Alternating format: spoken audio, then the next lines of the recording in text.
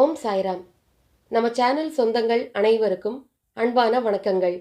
இன்னைக்கு நம்ம சாய்சத் சரிதம்ல 33வது அத்தியாயம் பார்க்க போறோம். பார்க்கலாமா? கணவன் மனைவி தம்பதிகளாக ஷீரடிக்கு போறாங்க. பாபாவை சந்திக்கிறாங்க.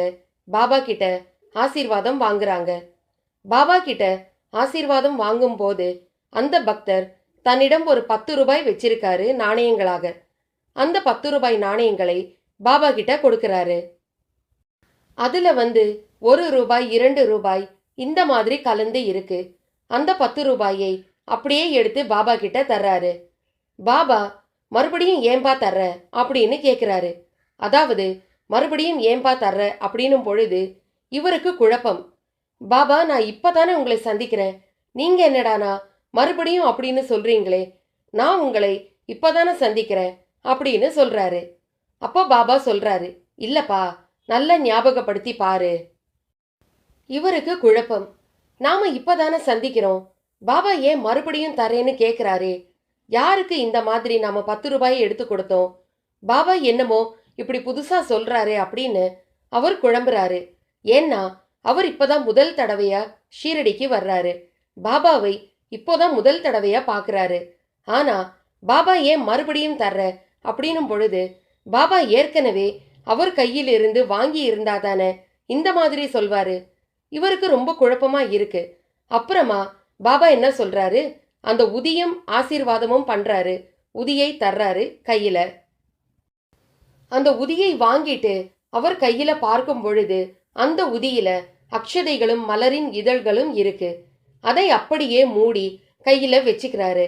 அப்ப பாபா என்ன சொல்றாரு, இதையாவது நீ பயன்படுத்துப்பா அப்படிங்கிறாரு. இவருக்கு இன்னும் குழப்பம். இதையாவது பயன்படுத்துப்பா அப்படின்னா என்ன அர்த்தத்துல சொல்றாருன்னு தெரியலையே அப்படின்னும் பொழுது ரொம்ப குழம்பி போயிட்டு ஒரு ஓரமா போய் உட்கார்ந்துட்டாரு. உட்கார்ந்து யோசிக்க ஆரம்பிச்சிட்டாரு. அப்போ அவருக்கு ஒரு நினைவு வருது.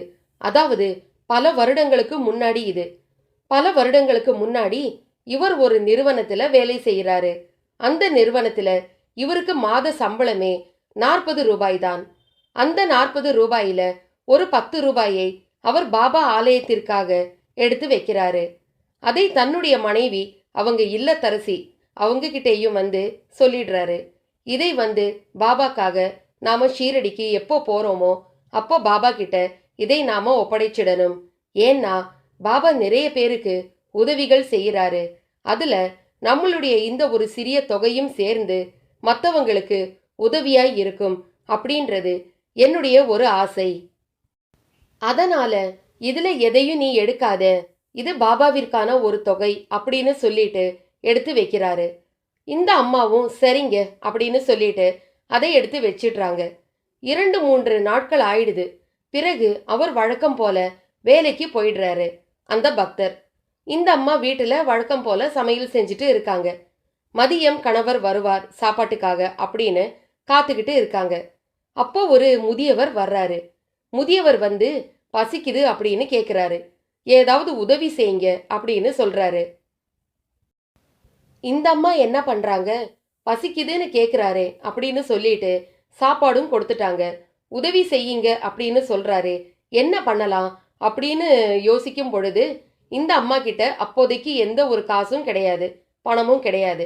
அதனால என்ன பண்றாங்க, இவங்க கணவர் எடுத்து வச்சாரு பாத்தீங்களா அந்த 10 ரூபாய், அந்த 10 ரூபாயிலிருந்து 1 ரூபாய் எடுத்து அந்த முதியவருக்கு தர்றாங்க. அந்த முதியவருக்கு தந்ததும் அந்த முதியவர் என்ன பண்றாரு, ஒரு பேப்பர்ல உதியை வச்சு மடிச்சு கொடுக்கறாரு. இதை உன்னுடைய பூஜை ரூம்ல வச்சிடு, இதை தினமும் நீ பூஜை பண்ணு அப்படின்னு சொல்லிட்டு அவர் போயிடுறாரு. அவர் போன கொஞ்ச நேரத்துல தன்னுடைய கணவர் வர்றாரு. கணவர் வந்ததும் இந்த அம்மா நடந்ததை சொல்றாங்க. இப்பதாங்க ஒரு பெரியவர் வந்தாரு, என்கிட்ட எந்த காசுமே கிடையாது, அதனால நீங்க எடுத்து வச்சீங்க பாத்தீங்களா 10 ரூபாய், அதுல இருந்து 1 ரூபாயை எடுத்து அந்த பெரியவருக்கு கொடுத்துட்டேன் அப்படின்னு சொல்றாங்க அந்த அம்மா. அப்போ அவருக்கு ரொம்ப கஷ்டமா போயிடுது. ஐயோ, பாபாவுக்காக தானே நாம எடுத்து வச்சோம், அதுல இருந்து எடுத்து கொடுத்தேன்னு சொல்றியே. சரி, கொடுத்ததுதான் கொடுத்த, அதை மொத்தமா அப்படியே அவருக்கே கொடுத்திருக்க வேண்டியதானே. ஏன்னா அது ஒரு தொகை, அப்படியே அதை பாபாவுக்கு தான் கொடுக்கணும் அப்படின்னு நினைச்சேன் நானு. அதுல இருந்து நீ எடுத்து கொடுத்தேனா 9 ரூபாய் தானே மீதம். அதுல அந்த 9 ரூபாய் எப்படி கொடுக்கறது அவர்கிட்ட? நான் 10 ரூபாய் கொடுக்கணும்னு தானே மனசுல நினைச்சிருந்தேன் அப்படின்னு சொல்லிட்டு என்ன பண்றாரு, அந்த மீதி இருந்த 9 ரூபாயும் அவர்கிட்ட ஒப்படைக்கணும், அந்த பெரியவர்கிட்ட கொடுத்துடணும் அப்படின்னு மனசுல நினைச்சுக்கிறாரு. அப்போ மனைவி கிட்ட கேட்கிறாரு, அவர் எப்படி இருந்தார் என்ன அப்படின்னு கேட்கும் பொழுது அந்த அம்மா அங்க அடையாளங்கள் சொல்றாங்க. வயசானவர், வெள்ளை நிற பைஜாமா போட்டிருந்தாரு, கையில ஒரு தட்டு வச்சிருந்தாரு, கையில ஒரு கம்பு வச்சிருந்தாரு. இந்த மாதிரி அவருடைய அடையாளங்கள் சொல்றாங்க. சொல்லும் பொழுது அவர் அதெல்லாம் கேட்டபடியே வேகமா நடக்க ஆரம்பிச்சிட்டாரு. எங்கேயாவது அவர் போயிட போறாரு அப்படின்னு சொல்லிட்டு அந்த நாணயங்களை, அதாவது 1 ரூபாய் போக மீதி 9 ரூபாய் இருக்கு இல்லையா, அந்த 9 ரூபாய் நாணயங்களை எடுத்து பாக்கெட்ல போட்டு வச்சுட்டு அவர் நடக்க ஆரம்பிச்சிட்டாரு. போறாரு, தெரு தெருவா தேடுறாரு. அவர் எங்கே போறாரு எங்கே வர்றாரு அப்படின்னு பாக்குறாரு.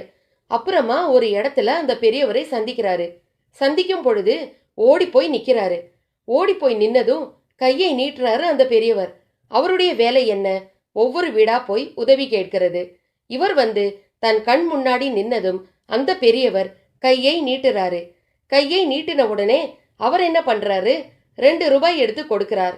ஏன்னா இவர்தானா அந்த முதியவர் அப்படின்னு தெரிஞ்சுக்க ஆசைப்படுறாரு. நாம வேறு யாருக்காவது கொடுத்துட போறோம், அந்த பெரியவர் இவர்தானா, நம்ம வீட்டிற்கு வந்த பெரியவர் இவர்தானா அப்படின்னு யோசனை பண்ணிட்டு ஒரு 2 ரூபாய் கொடுக்கிறாரு. மறுபடியும் அந்த பெரியவர் கையை நீட்டுறாரு, மறுபடியும் கொடுக்கிறாரு. இப்படியே தன் கிட்ட இருந்த 9 ரூபாயும் கொடுத்துட்டாரு. ஆக மொத்தம் 10 ரூபாயும் அந்த பெரியவருக்கு கொடுத்தாச்சு. இதுதான் நடந்தது.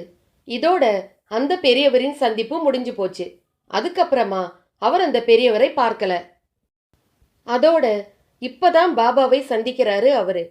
அப்போதான் பாபா கேட்கிறாரு, மறுபடியும் ஏன் தர்ற அப்படின்னும் பொழுது இவருக்கு அப்போதான் மனசுல தோணுது, ஓ அப்ப நாம சந்திச்சது பாபாவையா அப்படின்னு அப்போதான் நினைக்கிறாரு. உடனே பாபாவினுடைய பாதங்களை போய் கட்டிக்கிறாரு. பாபா, எனக்கு இப்போதான் புரியுது. எப்படி பாபா என்னை தேடி நீங்க வந்தீங்க அப்படின்னு கேட்குறாரு. எப்படி பாபா வந்தீங்க? ஏன்னா பாபாவுக்கு கொடுக்கணும் அப்படின்னு பணத்தை எடுத்து தான் வச்சாரு அவரு. அதுக்குள்ள அந்த 2 நாள்ல அந்த பெரியவர் வந்தாரு. அதாவது பாபா தான் அவரு. பெரியவர் தோற்றத்துல வந்தாரு. எப்படி பாபா வந்தீங்க நீங்க அப்படின்னு ஆச்சரியம் தாங்காம கேட்குறாரு இவரு. கேட்கும் பொழுது அப்போ பாபா சொல்றாரு, நீ என்ன நினைச்சு 10 ரூபாய் எடுத்து வச்சியா? யார் ஒருவன் என்ன நினைச்சாலே ஏதாவது ஒரு உருவத்துல நான் அவங்க கண்ணுல படுவேன் அப்படிங்கிறாரு பாபா. அதுதான் அன்னைக்கு நடந்தது. நீ எனக்காக எடுத்து வச்ச அந்த 10 ரூபாயை வாங்குவதற்காக நான் முதியவர் போல வந்தேன், வேற ஒன்னும் இல்ல. நீ அப்பவே எனக்கு அதை கொடுத்துட்ட, மறுபடியும் 2வது முறை நீ எனக்கு கொடுக்கற அப்படின்னு சொல்றாரு பாபா. இவருக்கு சந்தோஷம் தாங்க முடியல. இப்படி நாம பாபாவை மனசார நினைச்சோம் அப்படின்னு சொன்னா கண்டிப்பாக அடுத்த நொடி பாபா ஏதாவது ஒரு ரூபத்துல நம்ம முன்னாடி வந்து நிப்பாரு. அதுதான் அந்த பக்தரின் வாழ்க்கையிலும் நடந்தது.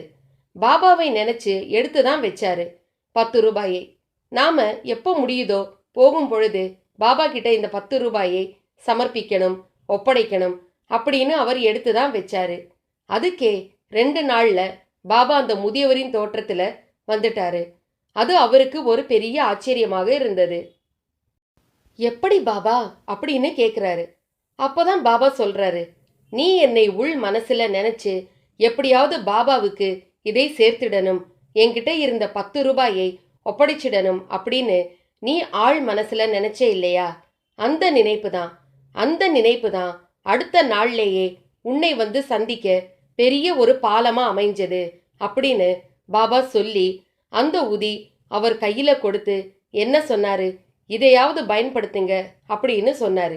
அப்போ அந்த பக்தர் கேட்கிறார், சரி பாபா, அந்த 10 ரூபாய் சரி, அந்த உதியை கொடுத்து இப்பவாவது பயன்படுத்து அப்படின்னு சொல்றீங்களே பாபா, இது எனக்கு புரியலையே. அப்போ பாபா சொல்றாரு, ஆமாப்பா, அப்போ அந்த பெரியவர் உதியை கொடுத்தாரு இல்லையா, பத்திரமா வச்சு பூஜை பண்ணு அப்படின்னு சொல்லி கொடுத்தாரு இல்லையா. உதி அப்படின்றது நம்முடைய கஷ்டங்களை போக்கக்கூடியது. அதை நீ நெத்தியில இட்டுப்ப அப்படின்னு சொல்லி கொடுத்தது அது.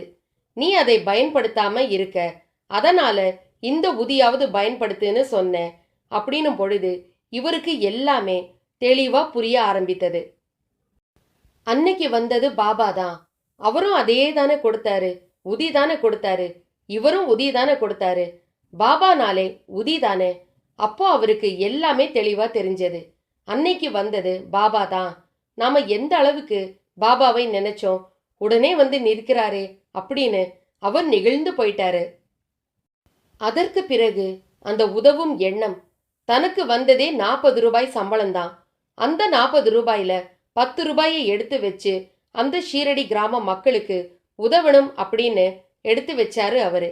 அதற்கு பிறகு அதை சமர்ப்பித்த பிறகு, பாபா கிட்ட ஒப்படைச்ச பிறகு அவருடைய சம்பளம் 40 ரூபாயிலிருந்து பல மடங்கு உயர்ந்ததாகவும், அதற்கு பிறகு அந்த வருமானத்துல ஷீரடி கிராம மக்களுக்கும் பாபாவுக்கும் நிறைய விஷயங்கள் அவர் செஞ்சதாகவும் சாய்சத் சரிதம் சொல்லுது.